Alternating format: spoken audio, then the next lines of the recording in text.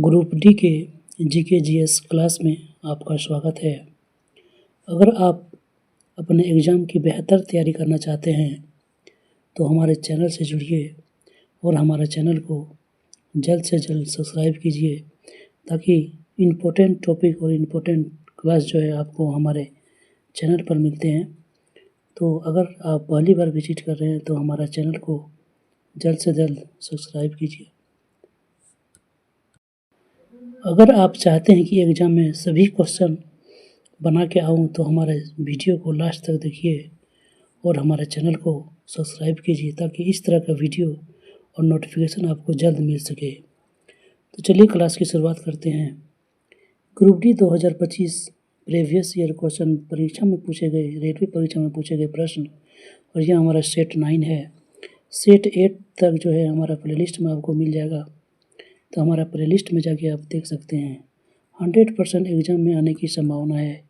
बहुत सारे इम्पोर्टेंट टॉपिकों से क्वेश्चन लिया गया है और बहुत ही इम्पोर्टेंट क्वेश्चन ही इसमें शामिल किए गए हैं। तो वीडियो को अंत तक देखिए और आप लोग कमेंट बॉक्स में बताइए कि आप लोग कितना क्वेश्चन कर पाते हैं। तो चलिए क्लास की शुरुआत करते हैं। प्रजनन के दौरान मूल कार्य क्या होता है, क्या चीज़ का निर्माण होता है? तो जो प्रजनन होता है इसके दौरान जो है वह महत्वपूर्ण कार्य क्या है? ए आरएनए की कॉपी, बी आरएनए में परिवर्तन, सी डीएनए की कॉपी, या इनमें से कोई नहीं। तो इसका जो सही आंसर हो जाएगा ऑप्शन नंबर सी, यानी कि प्रजनन के दौरान जो है वह डीएनए का ही कॉपी होता है। किसका? तो डीएनए का। नेक्स्ट क्वेश्चन देखते हैं कि द्रव्यमान और वेग का गुणनफल क्या कहलाता है? किसका? तो द्रव्यमान और वेग, यानी कि एम और वी का जो गुणनफल है वह क्या कहलाता है? तो एम और वी का गुणनफल जो है वह संवेग कहलाता है। क्या कहलाता है? तो संवेग। तो इसका सही आंसर जो है ऑप्शन नंबर डी हो जाएगा। क्या हो जाएगा? तो ऑप्शन नंबर डी। संवेग जो है वह द्रव्यमान और वेग का गुणनफल होता है। नेक्स्ट देखते हैं कि घरों या उद्योगों में, वाणिज्यिक प्रतिष्ठानों में, कहाँ पर? तो जो घर, उद्योग और जो जहाँ भी वाणिज्यिक प्रतिष्ठान होते हैं उसमें जो उपयोग किया जाता है ऊर्जा, उसको आमतौर पर किस रूप में दर्शाया जाता है? रेलवे ग्रुप डी 2018 में पूछा हुआ बहुत ही इम्पोर्टेंट क्वेश्चन है कि हमारे घरों में, उद्योगों में जो बिजली होती है, जो ऊर्जा का खपत होती है, उसको किस रूप में दर्शाया जाता है, किस मात्रक में दर्शाया जाता है? ए घंटा, 2 किलोवाट, सी किलोवाट घंटा, और डी इनमें से कोई नहीं। तो इसका जो सही आंसर हो जाएगा ऑप्शन नंबर सी, कि हमारे घरों में बिजली या फिर किसी भी उद्योग में जो है बिजली में जो ऊर्जा खपत होती है उसको किलोवाट घंटा के रूप में दिखाते हैं। किस रूप में? तो किलोवाट घंटा के रूप में। नेक्स्ट क्वेश्चन देखते हैं कि आवर्त सारणी में जो समूह 17 है उसका प्रथम तत्व कौन सा होता है? तो जो हमारे आवर्त सारणी है और उसमें जिसमें समूह 17 है उसमें जो प्रथम तत्व है वह कौन है? ए नंबर में फ्लोरीन, 2 नंबर में क्लोरीन, सी नंबर में आयोडीन, या इनमें से कोई नहीं। तो इसका जो सही आंसर हो जाएगा, जो कि समूह 17 का जो प्रथम तत्व है वह कौन होता है? तो वह होता है फ्लोरीन। इसको हम लोग एफ से डिनोट करते हैं। तो ऑप्शन नंबर ए जो है वह करेक्ट हो जाएगा। फ्लोरीन जो है वह प्रथम तत्व है समूह 17 के। नेक्स्ट देखते हैं कि यौगिक CaOCl2 का सामान्य नाम क्या है? आरआरबी ग्रुप डी 2018 में पूछा हुआ क्वेश्चन है कि यौगिक जो है CaOCl2 इसका समान नाम क्या है? तो CaOCl2 का जो समान नाम है उसको हम लोग कहते हैं ब्लीचिंग पाउडर। ऑप्शन बी जो है वह करेक्ट हो जाएगा। क्या है? तो ब्लीचिंग पाउडर। नेक्स्ट देखते हैं कि सिलिकॉन के साथ वह कौन सा तत्व है जो यौगिक बनाता है और इसमें 7-8 परमाणु तक की श्रृंखला या चयन होता है? तो वह कौन सा तत्व है जो कि सिलिकॉन के साथ, यानी कि Si के साथ जो है यौगिक बनाता है और जिसमें 7 और 8 परमाणु तक जो है श्रृंखला बन जाता है? तो वह इसका सही आंसर हो जाएगा वह है हाइड्रोजन। इसका सही आंसर हो जाएगा ऑप्शन नंबर डी। तो हाइड्रोजन एक ऐसा तत्व है जो सिलिकॉन के साथ यौगिक बनाता है और इसमें 7 से 8 परमाणु श्रृंखला चेन बन जाता है। नेक्स्ट देखते हैं कि प्रत्यावर्ती धारा का आविष्कार किसने किया है। प्रत्यावर्ती धारा जिसे हम लोग एसी कहते हैं, तो प्रत्यावर्ती धारा का आविष्कारक कौन है। ए बेंजामिन फ्रैंकलिन, बी मैक्सवेल, सी निकोला टेस्ला या डी इनमें से कोई नहीं। तो इसका जो सही आंसर हो जाएगा वह हो जाएगा option number C. Nicholas Tesla जो है इन्हीं ने ही परावर्ती धारा उनकी एसी का खोज किया था। किसका, तो प्रत्यावर्ती धारा। गुरुत्वाकर्षण का नियतांक क्या होता है। अब देख सकते हैं सभी क्वेश्चन जो है वह एग्जाम ओरिएंटेड और एग्जाम बेस्ड है। तो हमारे चैनल पर आप पहली बार हैं, विजिट कर रहे हैं, तो हमारे चैनल को जल्द से जल्द सब्सक्राइब करके और ज़्यादा से ज़्यादा लोगों में शेयर करने की प्रयास करें ताकि इस तरह का वीडियो और नोटिफिकेशन आपको जल्द मिल सके। तो गुरुत्वाकर्षण नियतांक का जो मान है वह कितना होता है। तो हम जानते हैं कि गुरुत्वाकर्षण नियतांक जी का जो मान है वह 6.67 इंटू 10⁻⁻11 न्यूटन मीटर प्रति किलोग्राम स्क्वायर होता है। इसका जो है मान ये है और इसका मात्रक जो है वह न्यूटन मीटर प्रति किलोग्राम है। इसको बहुत ही इम्पोर्टेंट है, इसको आप याद रखिएगा, बहुत बार एग्जाम में पूछा हुआ है। नेक्स्ट क्वेश्चन देखते हैं कि परमाणु का जो नाभिक मॉडल है वह पहली बार किसके द्वारा खोजा गया था। किसका, तो परमाणु का जो नाभिक मॉडल है वह किसके द्वारा पहली बार दिया गया था या खोजा गया था। तो जो सर्वप्रथम जो परमाणु का नाभिक मॉडल है वह किसके द्वारा दिया गया था, तो ए रदरफोर्ड के द्वारा दिया गया था। किसके द्वारा, तो ए रदरफोर्ड के द्वारा। तो इसका सही आंसर जो है ऑप्शन नंबर ए हो जाएगा। तो ए रदरफोर्ड ने ही पहली बार जो है नाभिक मॉडल को प्रस्तुत किया था। नेक्स्ट क्वेश्चन देखते हैं कि मौलिक कर्तव्य किस समिति की सिफारिश पर जोड़ा गया था। कौन, तो संविधान में मौलिक कर्तव्य जो है वह मूल संविधान में नहीं थे, लेकिन किस समिति के सिफारिश पर जो है वह मूल संविधान में जो है वह मौलिक कर्तव्य को जोड़ा गया। तो वह कौन सी समिति है। ए राजन समिति, बी कस्तूरी रंगन समिति या सी स्वर्ण सिंह समिति या डी इनमें से कोई नहीं। तो इसका जो सही आंसर हो जाएगा वह हो जाएगा ऑप्शन नंबर सी, उनकी स्वर्ण सिंह समिति के सिफारिश पर ही जो है मौलिक कर्तव्यों को हमारा संविधान में जोड़ा गया था। और वर्तमान में 11 मौलिक कर्तव्य है, लेकिन जब स्वर्ण सिंह समिति के तहत जोड़ा गया था उस समय मात्र 10 ही मौलिक कर्तव्य थे। अभी उसकी संख्या 11 है। लास्ट में जो है 86वें संविधान संशोधन 2002 के द्वारा 11वां मौलिक कर्तव्य जोड़ा गया। नेक्स्ट क्वेश्चन देखते हैं कि खाना जल्दी पकाने के लिए उसमें क्या डाला जाता है। खाना को यदि हम जल्दी पकाना चाहते हैं तो उसमें क्या डालना पड़ेगा। A sodium carbonate, B sodium nitrate और सी सोडियम बाइकार्बोनेट और डी इनमें से कोई नहीं। तो जो सोडियम बाइकार्बोनेट होता है यह खाना को जल्दी पकाता है, इसी कारण से खाना को जल्दी बनाने के लिए हम लोग option number C sodium bicarbonate को डालते हैं। किसको, तो सोडियम बाइकार्बोनेट को। इसका सही आंसर जो है वो ऑप्शन नंबर सी हो जाएगा। नेक्स्ट देखते हैं जियोमॉर्फोलॉजी। कौन, तो जियोमॉर्फोलॉजी में किसका अध्ययन किया जाता है। आप लोग जान रहे हैं तो कमेंट बॉक्स में जल्दी से बताइएगा। ए भू आकृति का विकास, बी भू आकृति का विनाश या सी खगोलीय घटनाएं का अध्ययन या डी इनमें से कोई नहीं। तो जो जियोमॉर्फोलॉजी शब्द है यह जो है किस चीज़ के अध्ययन से संबंधित है, तो यह है ऑप्शन नंबर ए, यानी भू आकृति का विकास के अध्ययन से संबंधित है। कौन, तो जियोमॉर्फोलॉजी। बल्ब के फिलामेंट की क्या विशेषता होती है कि जो बल्ब का जो फिलामेंट होता है उसमें क्या विशेषता होता है। ए उच्च प्रतिरोध, बी उच्च गलनांक और सी उच्च प्रतिरोध और उच्च गलनांक या डी इनमें से कोई नहीं। तो जो बल्ब का फिलामेंट होता है यह किसका बना रहता है, तो यह टंगस्टन का बना रहता है। किसका, तो टंगस्टन का बना रहता है। और इसकी जो विशेषता होती है वह होता है उच्च प्रतिरोध या उच्च गलनांक। तो इसका ऑप्शन नंबर सी जो है वह करेक्ट हो जाएगा। इसमें दोनों ही विशेषता होता है। कौन कौन, तो उच्च प्रतिरोध होता है जिसके कारण से बल्ब जो है लाइट देता है और उच्च गलनांक होता है जिसके कारण से जल्दी फ्यूज नहीं होता है। तो जो फिलामेंट होता है उसमें दोनों गुण पाया जाता है, उच्च प्रतिरोध और उच्च गलनांक। नेक्स्ट क्वेश्चन देखते हैं कि सेंट कैथेड्रल चर्च जो है यह बहुत ही इम्पोर्टेंट चर्च है इंडिया के अंदर। ये सेंट कैथेड्रल चर्च जो है वह किस राज्य में है?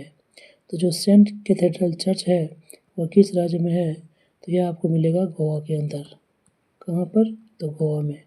तो सेंट कैथेड्रल चर्च जो है वह गोवा में मिलेगा। ऑप्शन नंबर बी जो है वह करेक्ट हो जाएगा। आप लोग इसको याद रखिएगा, बहुत ही इम्पोर्टेंट क्वेश्चन और बहुत बार पूछा हुआ क्वेश्चन है। ग्राम पंचायत का गठन किस अनुच्छेद में वर्णित है? जल्दी सब लोग बताइए। यह DSTP का भाग है। ग्राम पंचायत का गठन जो है वह किस अनुच्छेद में वर्णित है? यह किसका पार्ट है? तो DSTP का। तो जो ग्राम पंचायत का गठन है वह किस में वर्णित है? तो अनुच्छेद 40 में। अनुच्छेद 40 जो है वह ग्राम पंचायत के गठन से संबंधित है। तो ऑप्शन डी जो है वह करेक्ट हो जाएगा। कौन? तो ऑप्शन डी। मोनाजाइट खनिज किस राज्य में मिलता है? कौन? तो मोनाजाइट। मोनाजाइट जो खनिज है वह इसका जो है एकमात्र उत्पादक राज्य कौन है? तो मोनाजाइट खनिज का एकमात्र उत्पादक राज्य कौन है? तो ए नंबर केरल, बी गोवा, सी महाराष्ट्र या डी इनमें से कोई नहीं। तो जो मोनाजाइट होता है यह एकमात्र राज्य केरल में प्रचुर मात्रा में पाया जाता है। कहाँ? तो केरल में। तो ऑप्शन ए जो है वह करेक्ट हो जाएगा। कौन? तो ऑप्शन ए। नेक्स्ट क्वेश्चन देखते हैं कि जो चोरी चोरा कांड हुआ था वह जो घटना है वह कब हुआ था? कौन? तो चोरा चोरी कांड, और यह उत्तर प्रदेश की घटना है। इसी आंदोलन के बाद महात्मा गांधी ने जो है सो असहयोग आंदोलन जो है वह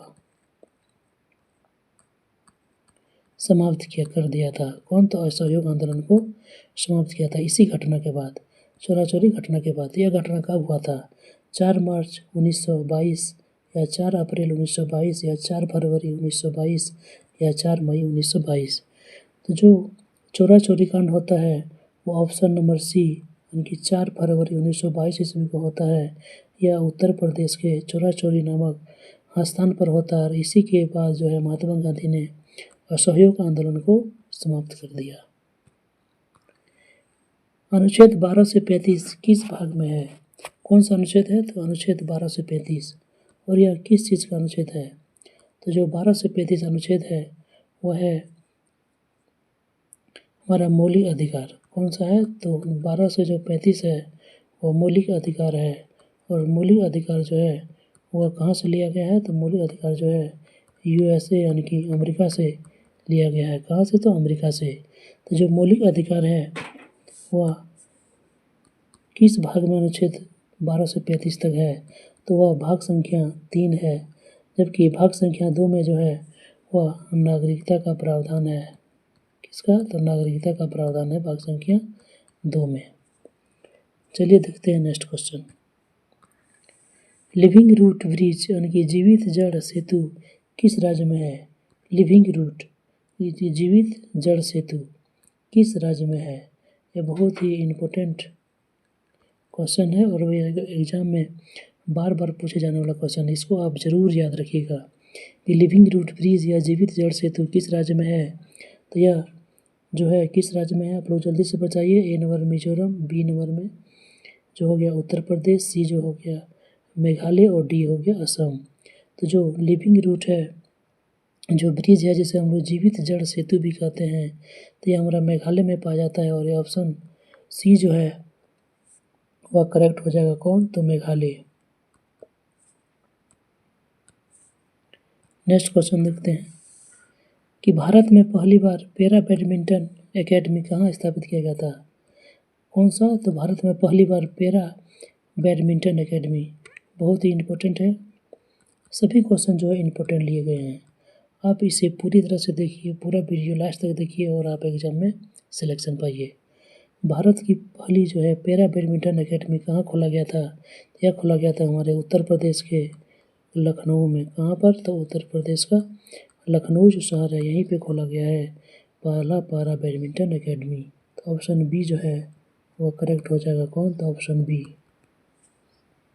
नेक्स्ट क्वेश्चन देखते हैं कि स्पेक्ट्रम में किस रंग का विचलन जो है वह सबसे ज़्यादा होता है। देखिए किस टाइप का क्वेश्चन है, एकदम आपको बहुत ही वेरी वेरी इंपॉर्टेंट क्वेश्चन है कि जो स्पेक्ट्रम होता है वो उसमें किस रंग का जो विचलन है वह सबसे ज़्यादा होता है। तो जिस रंग का तरंगदैर्घ्य जो है वह कम होता है उसका विचलन ज़्यादा होता है, और जिसका तरंगदैर्घ्य ज़्यादा होता है उसका विचलन जो है वह कम होता है। तो हम जानते हैं कि बैंगनी रंग का जो तरंगदैर्घ्य है वह कम होता है और इसका विचलन जो है वह सबसे ज़्यादा होता है। तो ऑप्शन डी जो है वह करेक्ट हो जाएगा। कौन? तो ऑप्शन डी। पौधों में गैसों का विसरण किसके द्वारा होता है? उनके पौधों में श्वसन किसके द्वारा होता है? पौधों में जो गैसों का आदान प्रदान होता है वह किस चीज़ के द्वारा होता है? क्या वह तना के द्वारा होता है, जड़ के द्वारा होता है, पत्तियों में जो पाया जाता है रंध्र के द्वारा होता है, या इसमें से किसी के द्वारा नहीं होता है? तो जो पौधों में गैसों का विसरण है वो पत्तियों में जो रंध्र पाया जाता है तो रंध्र के द्वारा ही जो है श्वसन होता है। कौन सी प्रक्रिया? तो श्वसन। तो ऑप्शन सी जो है वह करेक्ट हो जाएगा, ये पत्तियों में पाए जाने वाले रंध्र। नेक्स्ट क्वेश्चन देखते हैं कि साका दावा उत्सव किस राज्य में मनाया जाता है? कौन सा उत्सव है? तो साका दावा उत्सव। साका दावा उत्सव किस राज्य में मनाया जाता है और इस राज्य का बहुत ही इम्पोर्टेंट उत्सव है, बहुत ही महत्वपूर्ण उत्सव है और इसे धूमधाम से मनाया जाता है। तो जो साका दावा उत्सव है वह 7 सिस्टर में सिक्किम और अरुणाचल प्रदेश में मनाया जाता है। कहाँ पर? तो सिक्किम और अरुणाचल प्रदेश में। ऑप्शन सी जो है वह करेक्ट हो जाएगा, सिक्किम और अरुणाचल प्रदेश में मनाया जाता है साका दावा उत्सव। 1969 ईस्वी में कितने प्राइवेट बैंकों का जो है वह राष्ट्रीयकरण हुआ था, और यह पहली बार जो है वह बैंकों का राष्ट्रीयकरण हुआ था। कब? तो 1969 ईस्वी में। टोटल अभी फ़िलहाल कुल मिलाकर जो है वह 20 बैंकों का राष्ट्रीयकरण हो चुका है, लेकिन 1969 ईस्वी में जो है वह 14 बैंकों का राष्ट्रीयकरण हुआ था और फिर बाद में जो है वह 6 बैंकों का राष्ट्रीयकरण हुआ। कुल मिलाकर 20 बैंकों का जो है राष्ट्रीयकरण हुआ है। तो 1969 ईस्वी में कितने बैंकों का हुआ था? तो 1969 ईस्वी में ऑप्शन जो बी है वो करेक्ट हो जाएगा। उस समय जो है वह 14 बैंकों का राष्ट्रीयकरण हुआ था। कितना? तो 14 बैंकों का। नेक्स्ट देखते हैं अटल पेंशन योजना की आयु सीमा क्या है? अटल पेंशन योजना इसे मोदी द्वारा शुरू किया गया है। तो अटल पेंशन योजना है, इसकी आयु सीमा आप बताइएगा, जल्दी से कमेंट में बताइए। जो अटल पेंशन योजना है इसकी आयु सीमा क्या है? क्या वो 18 से 60 वर्ष है, या फिर 18 से 40 वर्ष है, या फिर 20 से 50 वर्ष है, या फिर 20 से 30 वर्ष है? तो इसका जो सही आंसर हो जाएगा, जो अटल सीमा जो इसका जो आयु सीमा है वो होता है 18 वर्ष से 40 वर्ष तक। कहाँ से? तो 18 से 40 तक। तो इसका जो है ऑप्शन बी जो है वह करेक्ट हो जाएगा। 18 से 40 तक होता है किसका? तो अटल पेंशन योजना की आयु सीमा। नेक्स्ट क्वेश्चन देखते हैं कि ओजोन क्षय के लिए उत्तरदायी कौन है? कि किस किरण द्वारा ओजोन का जो है वह क्षरण होता है और जो प्रकाश से जो किरणें हैं वह डायरेक्ट हम तक पहुंचती है। तो जो ओजोन परत की जो क्षय है उसके लिए उत्तरदायी कौन है? तो उसके लिए उत्तरदायी है पराबैंगनी किरण।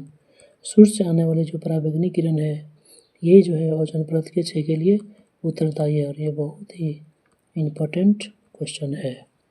नेक्स्ट क्वेश्चन देखते हैं ईसाई धर्म का पवित्र ग्रंथ क्या है? आप लोग जल्दी से बताइए ईसाई धर्म का पवित्र ग्रंथ क्या है? ए बाइबल, बी कुरान, सी रामायण, या डी इनमें से कोई नहीं। तो जो ईसाई धर्म होता है उसका पवित्र ग्रंथ जो है वह कौन होता है? तो वह होता है बाइबल।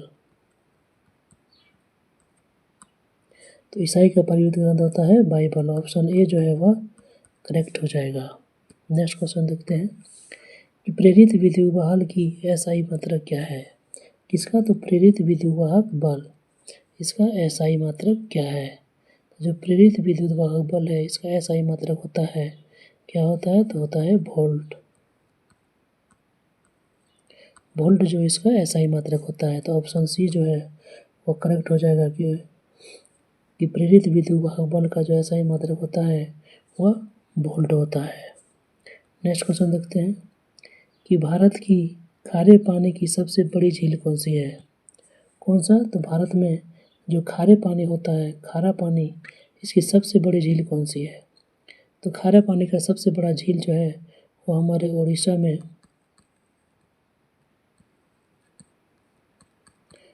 में कौन सा झील है? तो चिल्का झील। तो चिल्का झील जो है वह खारे पानी की सबसे बड़ी झील है। कौन? तो चिल्का झील। तो ऑप्शन बी जो है वह करेक्ट हो जाएगा। चिल्का झील जो है वह खारे पानी की सबसे बड़ी झील है। नेक्स्ट क्वेश्चन देखते हैं कि 20 सूत्री कार्यक्रम की शुरुआत किस वर्ष हुआ था? कौन सा? तो 20 सूत्री कार्यक्रम का शुरुआत किस वर्ष हुआ था? Option A 1980, option B 1976, option C 1975 या ऑप्शन डी 1999। तो जो 20 सूत्री कार्यक्रम होता है इसकी शुरुआत होता है कब? तो 1975 ईस्वी में। 1975 ईस्वी में जो है वह 20 सूत्री कार्यक्रम की शुरुआत होता है। तो ऑप्शन सी जो है वह करेक्ट हो जाएगा। नेक्स्ट क्वेश्चन देखते हैं। चलिए नेक्स्ट क्वेश्चन देखते हैं कि मंत्रिपरिषद लोकसभा के प्रति सामूहिक रूप से उत्तरदायी होता है। मंत्रिपरिषद किसके प्रति होता है? तो लोकसभा के प्रति सामूहिक रूप से उत्तरदायी होता है। यह किस अनुच्छेद में वर्णित है कि जो मंत्रिपरिषद होगा वह लोकसभा के प्रति सामूहिक रूप से उत्तरदायी होगा? Option A 75(5), option B 75(1), option C 74(1) या ऑप्शन डी 75(3). तो जो मंत्रिपरिषद लोकसभा के प्रति सामूहिक रूप से उत्तरदायी होगा यह किस में दिया गया है? तो यह जो है 75 के ऑप्शन कॉलम 3 में दिया गया है। किस में? तो 75 के कॉलम 3 में। तो सही आंसर जो है ऑप्शन डी हो जाएगा। नेक्स्ट क्वेश्चन देखते हैं कि राजकोषीय नीति कौन बनाता है? जो राजकोषीय नीति है उसको कौन बनाता है? या सरकार बनाता है, या आरबीआई बनाता है, या गृह मंत्री बनाता है, या इनमें से कोई नहीं? तो जो राजकोषीय नीति है वह किसके द्वारा बनाया जाता है? तो राजकोषीय नीति द्वारा जो है वह हमारे सरकार के द्वारा बनाया जाता है। किसके द्वारा? सरकार के द्वारा। तो ऑप्शन ए जो है वह करेक्ट हो जाएगा। और यह हमारा लास्ट क्वेश्चन था। अगर आप हमारे चैनल पर पहली बार विजिट कर रहे हैं तो हमारे चैनल को जल्द से जल्द सब्सक्राइब करें और ज़्यादा से ज़्यादा लोगों में शेयर करें ताकि सभी इम्पोर्टेंट टॉपिक और क्वेश्चन आपको प्रोवाइड हो सके और आप एग्ज़ाम में बेहतर मार्क्स या फिर एक सीट पक्का कर सके। हमारे चैनल पर आपको जीके, जीएस, करेंट और सभी का प्रैक्टिस सेट आपको मिल जाएगा, चाहे वो ग्रुप डी हो या एनटीपीसी।